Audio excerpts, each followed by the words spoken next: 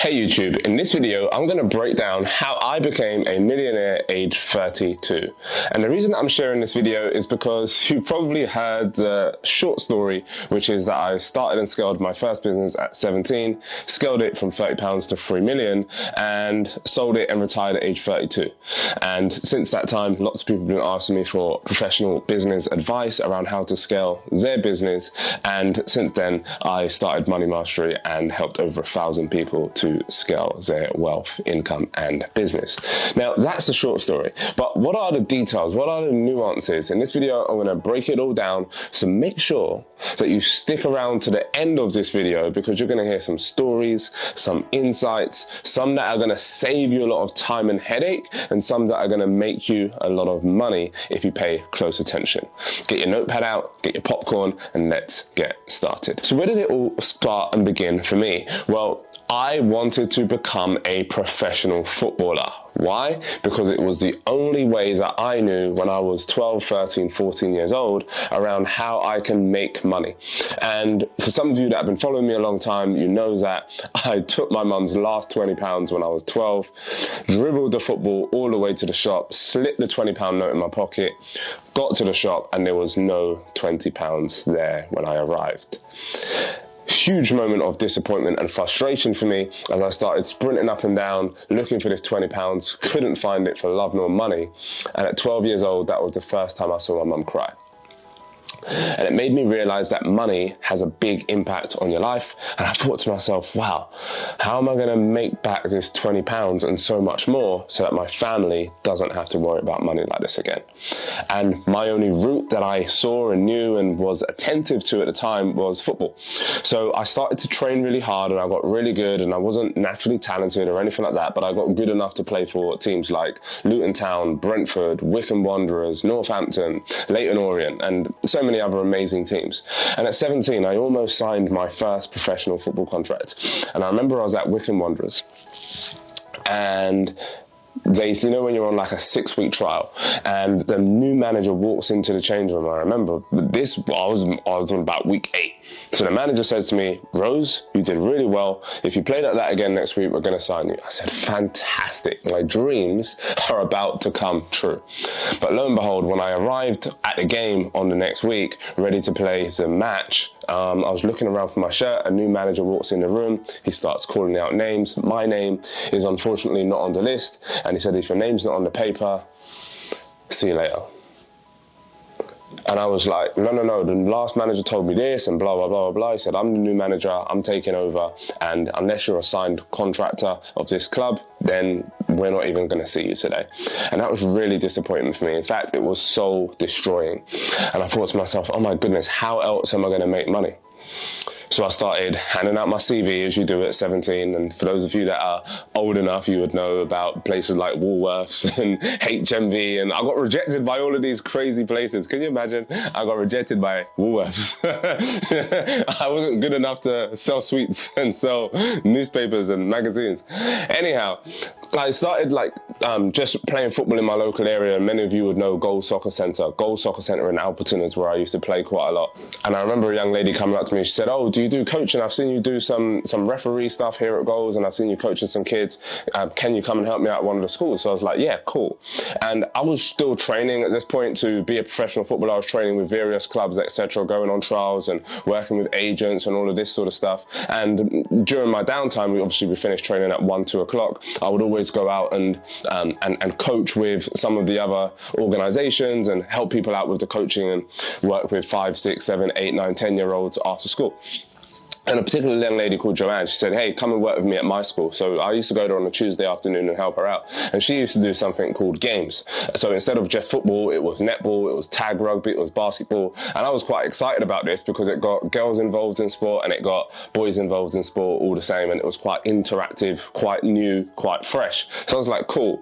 And then about 6 months in, she said, "Hey, Jazz, you're doing really well. You've shadowed me for some time. And I'm going to take a full-time role now into teaching in a secondary school. So why don't you just carry this on? And I was like, cool, what do I need to do? So she said, just look, hand out the flyers and all the other stuff is the same, just deliver to the kids every week. So I was like, cool. So I started to then promote the flyers, and I thought, oh, this is working really well in this school. And we had about 15 kids in each session. We were making about £2 per class, about £30 a session. It was all cool at 17. And then I started to go, well, this is working well in this school, Lion Park Infant School. What about if I expand it to the school upstairs, Lion Park Junior School? So I did that, was successful, and I was like, oh, that worked. Let me go and talk to the school down the road and the other school down the road. And lo and behold, over time, I started to build that business up. I started to get a number of different sessions with various different schools, until I got to a point, as many of you would do as a business owner, you get to a point where you're just booked and busy. In other words, you can't do any more physically yourself. And I started to realize that I was getting to this point. And at 18, 19, I was studying at university at this point, because I took a year out to focus on becoming a professional footballer. It didn't quite work for me. I had multiple injuries, setbacks, and truth be told, I wasn't the greatest football player in the world. I was good, I was highly competent, but I wasn't naturally gifted, or I wasn't as good as some of the best out there. So then that transitioned into helping other people on how to actually coach like I coach. So there was a gentleman in my area who used to play football with me, and we play football together and all that sort of stuff. So I was like, hey, can you help me coach? He was like, yeah, I'd love to. So he shadowed me for a little bit, and then he started to emulate some of the skills that I was doing. And over time, what I would do, what made my approach quite unique and what made it scalable, was that every time I'd go to a session, I would write down what I did. I would write down, okay, I did this in the warm-up, we did this in the main bit, we did this in the cool-down, etc. So when Chris came along, I said, hey Chris, just copy this and then you deliver the session. So over time he started to get really good, and then when new schools came on board, then he would go and deliver independently, and then we brought on more people, and over time we built that business up. Now, we started with just myself, and then I brought on Chris, and then we brought on a number of different coaches. And when I hit 21, I was in my second year of university, 20 or 21. I was in my second year of Brunel University studying law. And I remember this particular point where I was reading a newspaper, and I was reading about this massive company, and they were talking about how sports is changing the lives of individuals, and how they're doing great work with schools, and how they're delivering amazing sessions in terms of physical education. I thought, oh, well, we're just doing the after school clubs. What if I just contacted some of my local schools where I'm actually delivering the after school clubs? And what if I started to deliver the full-time curriculum PE? What would that look like? So at the time, we were working with about 12 schools, and I got to work. It was August, and I started writing letters, and I sent them out, postal campaigns, to all of the 12 schools that we were working with. I backed that up with an email. This is an important lesson in business, by the way. When you send something, don't just send it once. Send it multiple times through multiple different channels. What's great about today is that you now have YouTube, you have Facebook, you have LinkedIn, you have Instagram, you have all of these different channels.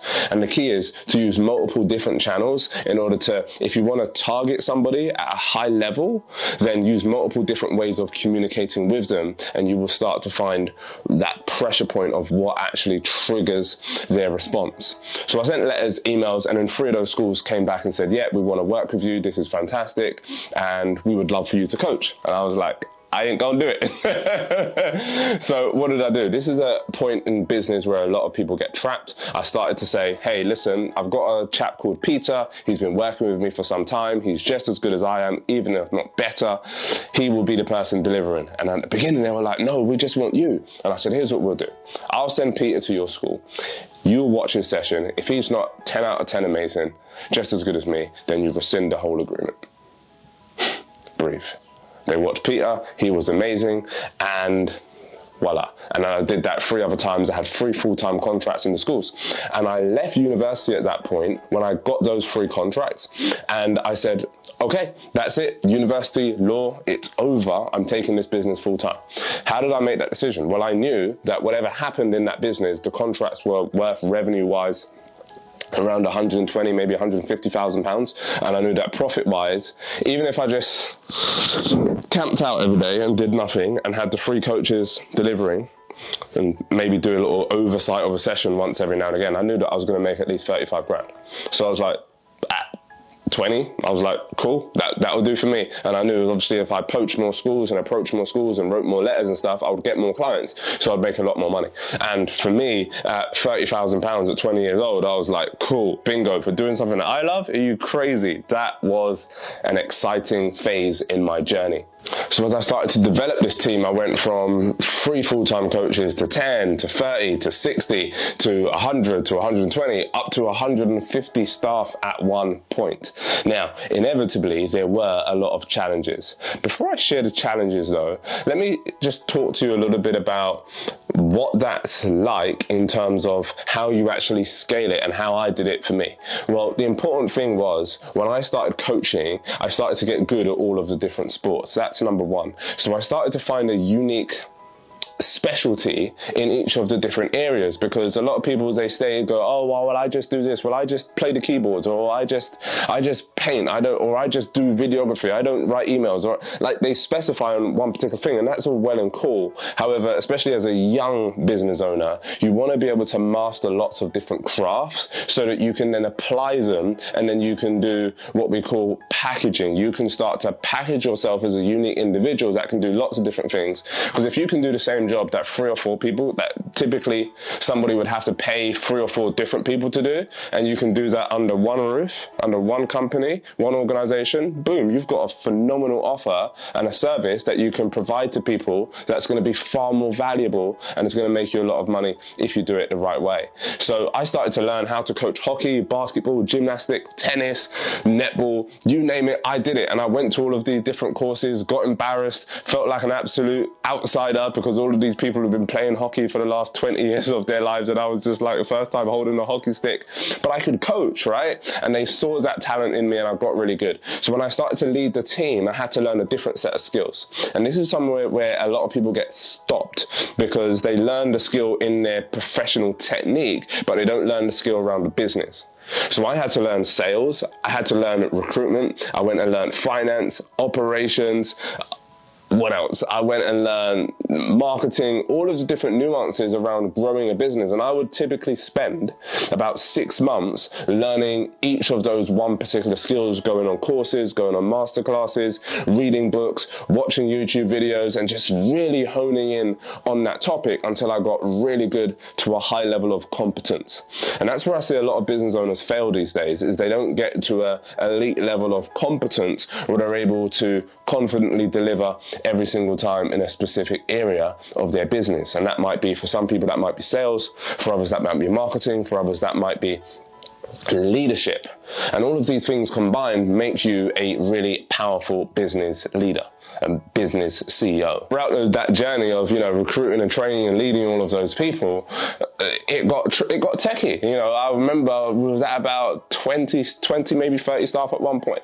And there was a school in Acton, and it was a religious school, a Catholic school. So you would never think that anything untoward would happen in this type of environment. The types of schools where all of the teachers have nun outfits and all this sort of stuff. I felt brilliant.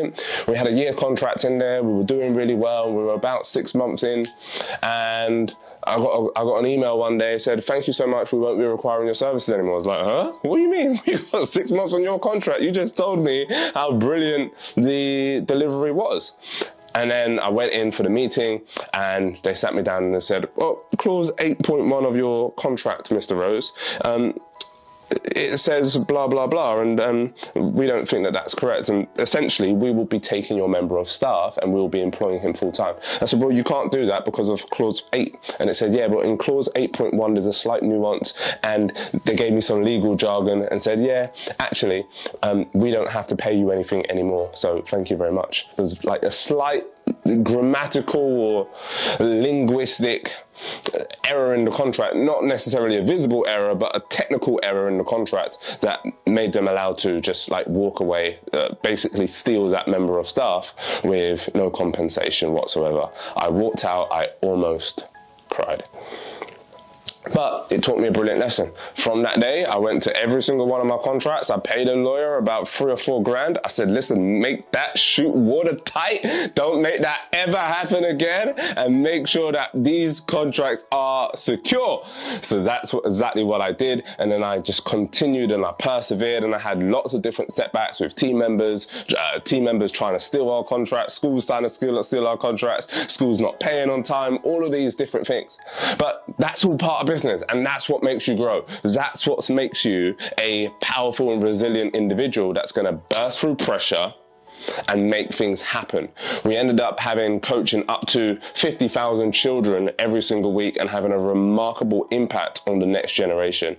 Here's where we didn't stop as well, which was pretty cool. And this was really essential on my journey to becoming a millionaire, because I had a £1 million business at about 25, but I wasn't personally a millionaire yet. So what did I do? I had to scale the business. And the ways that I did that was I started to think, okay, well, this school has a music teacher and they don't like it very much. And this school has a French teacher. So then I started to ask the schools. We were working with about maybe 40 schools at the time. And I said, hey, how would you benefit from having a music teacher? Like, how's it going for you at the moment in terms of your music teacher? And I was like, oh yeah, it's okay.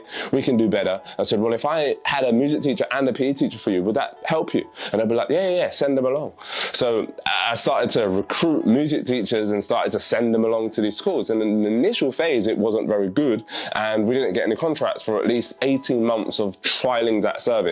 However, there was one particular school where we started to work with, and it worked magnificently. The music teacher was brilliant, and then I worked alongside her to get the curriculums for the music lessons super tight, so that any music teacher that we brought on going forward would be trained by her. And this is an entrepreneurial thing that you need to learn in order to replicate yourself, replicate seniority, because a lot of entrepreneurs feel like, oh my goodness, I'm the only person that can do the thing. You've got to be able to train other people. Initially, I trained Chris. He started to train the PE teachers. Melissa, I then worked with her on creating the curriculum for music. She then trained the music teachers, and then we employed a French teacher called Gabriel. He was amazing. Bonjour, au revoir. And that's all I remember of French, even though I got an A in GCSE French. But he was brilliant. He trained all the French teachers, and the list went on. And then that's how we inevitably scaled the business from 1 million to 3 million recurring revenue, and a team of up to 150 staff. And I can't share with you how exciting that journey was. There's many more nuances that I'll share in different videos about how we lost our office and had to get a new one and all of that sort of stuff. But we'll leave that for another time. I really want to get to this investment piece around how I actually became a millionaire at 32, and how you can use those kind of insights in order to scale your journey and accelerate it through. So then when I was young, I started investing in property. Very, very important. When I was 23, I remember I had a deal on the line, and I was on the phone to a client, and it's the head teacher of a school. And I said, oh yes, Mrs. Cindy, that would be absolutely fantastic. Could you, are you in a position now to sign and return the agreement so that we can get started for you next month? And then all I heard was boof, boof, boof, boof, boof. My stepdad was blazing music downstairs, and it was loud. And my stepdad is a Rasta man, so if you know anything about Rasta culture, when they play music, the whole street hears. And it was really embarrassing for me being on the phone to a head teacher trying to close this deal and having this loud music come through the walls. So ended up parking the conversation aside, went downstairs and said, do you mind turning the music down? I'm on some very important sales calls. He said, you pay bills around here? You better go find your own house. And that was at 21, and I made a decision. I said, you know what, I'm buying my own house so I can have my office in my house without necessarily having loud music blazing through the walls. And that's what I did. I went and bought my first property aged 23. That was a lovely 3-bed house in Norfolk. And what I did was I started to rent out some of the rooms, and those rents from some of the rooms then paid for essentially the mortgage, which meant that I was able to live virtually free of charge, which was great because it allowed me to then grow more capital. And then a couple of years later, I went and bought another property in Wickham. A year after that, I went and bought more properties, and then I just kept on using capital from the business in order to then go and buy more properties. And by the time I hit 32, I was like, this business has grown really successfully. can't seem to break through this 3 million barrier. I think it was at 3 million for about 4 or 5 years, and couldn't seem to just like smash through that ceiling. I was like, do you know what? If I just sell this business and I can just live off my property portfolio, and the sale from the business, the money that I get from that is kind of like bonus money. I can just invest it and do what I want and live an amazing life. So I was like, cool. So that's what I did. So I sold it at 32, retired, and just like kicked back, started watching Fresh Prince, chilling out with the family and all of that good stuff. And that's when Instagram started to become really popular for me, because when I was in school life, I was like, I don't want to talk about money, business, success, all that sort of stuff on Instagram. I kind of want to be hidden behind the scenes because I don't want head teachers to get a wonky idea. I know it's weird. Schools don't really like to talk about money, but I did. So once I sold the company, or I was on the verge of selling the company, I started talking about money and business online, and lots of people started to reach out for me for advice. And at first I was reluctant. I was like, no, I don't want to do any paid services or anything like that. I'll just talk on Instagram. And I kept on getting messages from people and saying, hey, can you run a program? Can you run a program? Can you run a program? And eventually I did. In October 2020, I thought, let me just put on one program for a group of like 30 people and charge them a nominal fee to enter. And I did that. And I taught them some stuff around sales, negotiations, really building your value and finding out what your skill set is and how to turn that skill set into a financial asset that can pay you over time. And we had a 4-week program. On week 3, I remember 3 people came back to me in that program and said, Jazz, I did what you said. I made £30,000. And I was like, shoot, I've got something here. This is amazing. I was so excited. And I was so excited about how I turned my skills from being a sports coach initially into now a business coach. That was a phenomenal trend for me, because I just love teaching people. And I had this real knack for sharing knowledge, sharing insight, sharing tactics, sharing wisdom, so that other people can benefit from the knowledge and experience that I had. So there's a young man called Curtis White. And what I taught him was, he was like a DJ. It's like, Jazz, it's been COVID, lots of bars have shut down. People aren't hiring me the way that they used to hire me to DJ at their events, because people are kind of scared to come out and all of this sort of stuff. I said, well, why are you getting people to hire you? Why don't you hire other people? He said, what do you mean? I said, well, why don't you just go to the bar and say to the bar owner or the club or wherever and say, hey, how would you benefit from, and I'm ad-libbing a little bit on the numbers, how would you benefit from an additional 300 people in your bar next weekend? The bar owner said, yeah, absolutely, that makes sense. He said, well, if I bring you 300 people, what would that generate for your venue? So, well, did the numbers, that would be about £30,000. He said, fantastic. Well, if I can bring £30,000 of value to you, would it be fair to pay me 10? And the bar owner said, yeah, sure. So he's a DJ, right? He knows loads of people. He invited all the people, made sure that the security was tight, made sure that the DJs was tight, made sure that the venue decorations was tight, made sure everything was in order. And in essence, he made £10,000 in that one conversation. He said, perfect, I'll send you over the agreement. You send me the £10,000, we'll get the ball rolling, and we'll bring the clients at the event to you. He did that 3 more times, made £30,000 in a week, and was like, wow, this is sensational. So literally, it really changed his entire paradigm. It changed his entire business model from being a part-time DJ on the weekends making a few £100s to making £30,000 literally in the space of a week. Now he's grown that business. He's international, doing parties, events all over the country and worldwide, and inviting hundreds of people and making up to £30,000, possibly even more now, every single month. And once I realized that I had that skill, I was like, I've got to help more people. I've got to run Money Mastery. I've got to make sure that more people have access to this insight, this information that can really change their lives.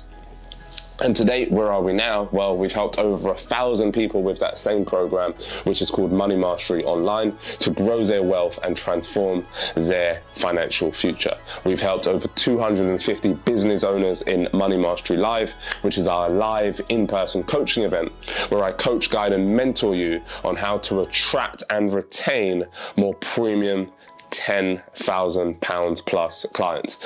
And finally, we've had just under 100 people come through our academy program, where we coach you over a longer period of time of 12 months on how to make sure that you're not only gaining those £10,000 contracts and retaining them, but also how you're growing your business right the way through your journey. So if you want to find out more about that and how my business can help you to scale your business, then there should be a link below this video. Go ahead, book a free strategy call with one of my superb advisors, Jacinta, and she'll walk you through the best next steps that you need in order to take your business from where it is right now in order to accelerate the growth. And if one of those options is viable for you and is worth you doing, then we'll obviously discuss that with you, and we can talk to you about what that looks like investment wise and how we can really help you to scale your business. Like, we've helped so many entrepreneurs over the last 2-3 years scale their business successfully.